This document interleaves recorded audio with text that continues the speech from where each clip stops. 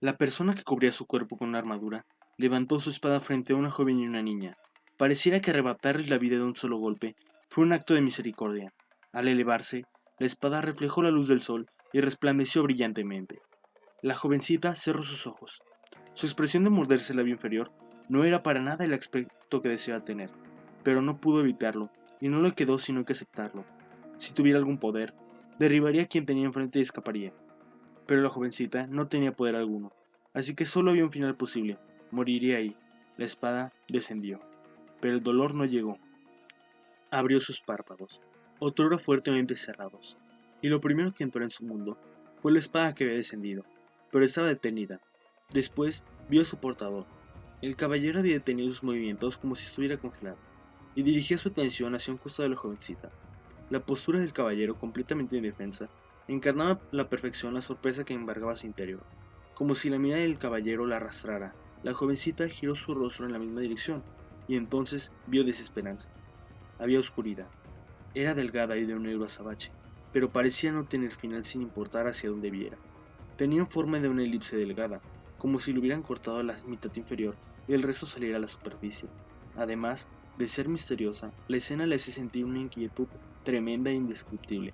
¿Una puerta? Pensó la jovencita al verla. Después de un latido de su corazón, comprobó que no estaba equivocado. Dentro de la oscuridad, algo se derramó pesadamente. En un instante, reconoció lo que era. La jovencita soltó un grito ronco.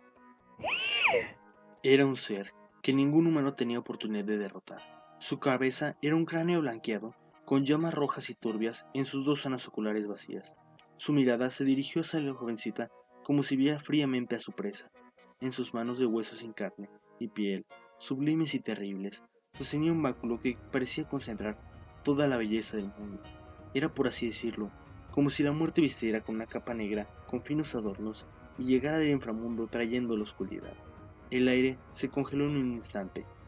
Ante el advenimiento del absoluto, pareció que hasta el tiempo se había congelado. La jovencita, como si le hubieran arrebatado el alma, olvidó respirar. Le era difícil hacerlo en una situación en la que no parecía existir noción del tiempo. Sintiendo náuseas, inhaló.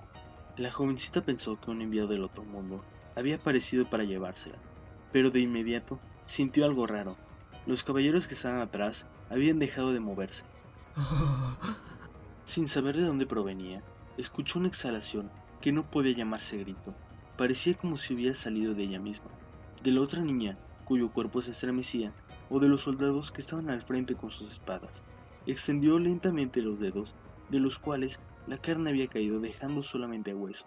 El recién llegado abrió la mano como para alcanzar algo, pero no se dirigió hacia la jovencita, sino hacia los caballeros. Ella quiso alejar la mirada, pero el miedo se lo impidió. Sintió que en el momento en el que lo hiciera, todo se transformaría en algo más tenebroso. Grasp Heart. La muerte encarnada hizo el gesto de decir algo con firmeza, y la jovencita escuchó un ruidoso sonido metálico a su lado. Le daba miedo apartar la vista de la muerte, pero cedió ante la poca curiosidad que residía dentro de su corazón, y desvió la mirada para ver a los caballeros caídos en el suelo. Ya no se movían, estaban muertos. Así era, murieron. El peligro que precede a la muerte había desaparecido irónicamente sin tomar su vida, pero nadie podía alegrarse. La muerte solo se había manifestado con una forma más obvia. Con la mirada de terror de la jovencita recorriendo todo su cuerpo, la muerte avanzó hacia donde estaba. La oscuridad que limitaba su campo visual comenzó a expandirse.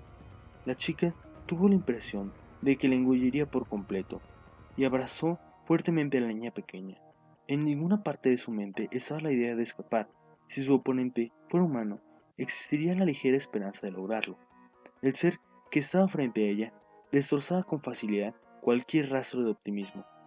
Al menos quería morir sin sentir dolor. Era lo mínimo que deseaba. La pequeña que abrazaba su cintura temblaba de miedo. Quería salvarla, pero no podía hacerlo.